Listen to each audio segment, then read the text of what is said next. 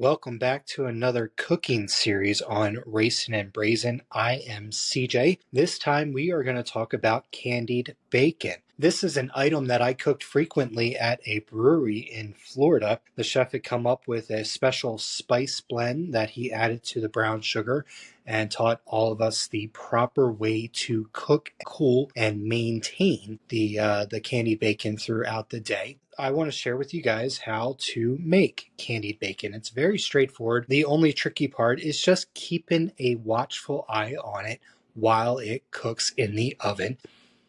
Now, normally with bacon, I would cook at 350 degrees, but because we want to get a little more caramelization, we're going to increase that heat to 375. Now, the mixture is very simple. I have got everything laid out here, my mise en place, ready to go. We'll start with our bacon. This is some center cut, thick sliced bacon. I happen to grab some maple bacon this time because I am looking for some extra sweet flavor.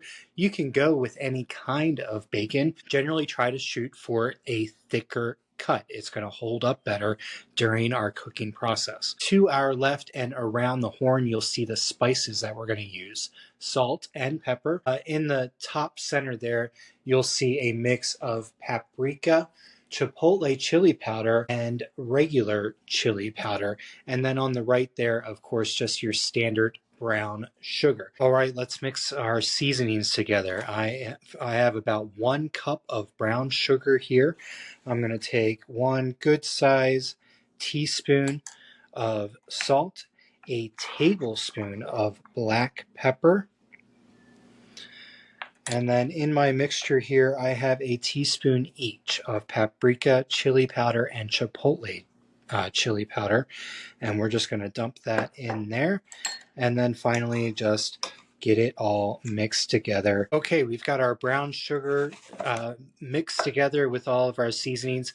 This will keep for up to a week after you've dipped your bacon into it. If you are going to keep it for that week, make sure you wrap it tightly with plastic and keep it in a refrigerator if it has touched any other food product. But safe for you to reuse with bacon up to a week from now. We've got our sugar mixture ready to go. We've got our bacon ready, and we have also prepared a sheet tray.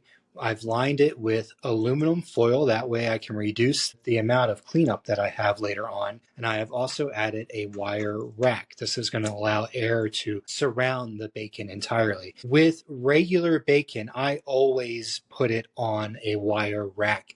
It just allows the bacon to cook more evenly. Like I said earlier, with regular bacon, 350 degrees is a good temperature, depending on the thickness, anywhere from 10 to even up to 25 or 30 minutes. Very consistent results when you bake bacon in an oven. What we're going to do here with the candied bacon today is bake it at 375. But first we need to coat our bacon. So we're just going to drop it in here and get it covered and then just give it a press. And then flip it over, press it, and then just give it just a once or twice over to get like the major stuff knocked off of it, but we still want some left on it, and we're going to put it right back on. So let's do the power of movie magic. So we have got our pieces of bacon covered in our brown sugar mixture. I am going to let this set for about 10 minutes. Ideally, what we're going to allow the salt that is in our mixture to draw some of the moisture forward from the bacon and combine with the brown sugar, which is going to help us get kind of like a pre-caramelization before it goes into the oven.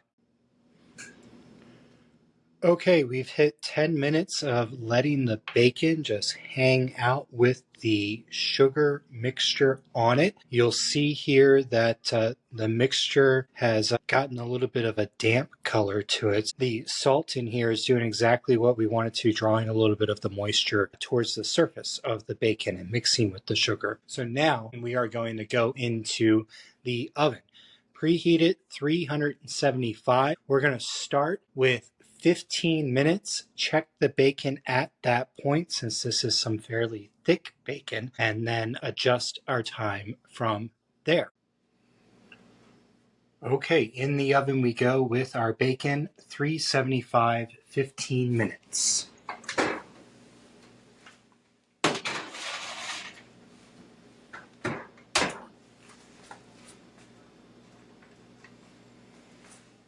In 15 minutes, we'll start checking on that bacon, probably rotate it around, and adjust our cooking time from there. Okay, guys, our timer has just gone off. Let's take a look at our bacon at the 15-minute mark. Close this back up and get a nice tight view of what we've got going on here. Looking good, needs a little bit longer for sure. I'm going to give it another 5 minutes, and I think that's going to probably do the trick.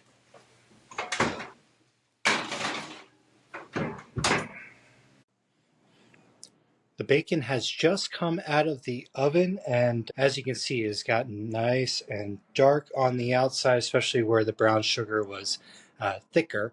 So just came out. We had a total cook time here for this round of 23 minutes, and I am immediately going to transfer it over to some parchment paper. The reason I'm attacking this immediately is because this brown sugar will harden as it cools. And if you allow it to cool on the wire rack for too long, it is going to stick to that wire rack and you will be tearing your bacon apart trying to pull it off of there.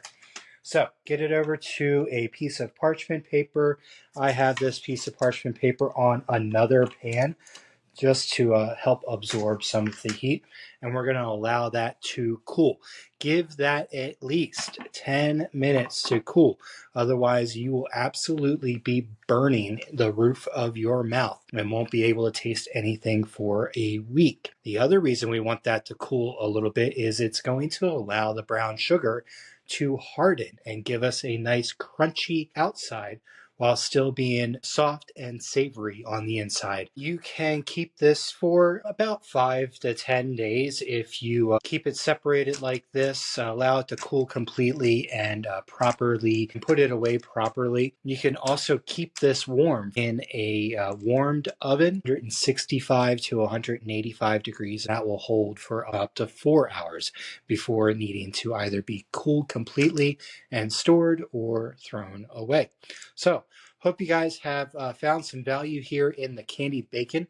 Let me know in the comments below if you have tried this and if it worked out for you. Tell me what kind of variations you put into your seasoning mixture. What I did today is not set in stone, and you are welcome to explore other options. I'd love to hear what those options were. Thanks again for joining me on another cooking series of Racin-n-Braisin. Y'all have a good one, and I will catch you again next time. Cheers.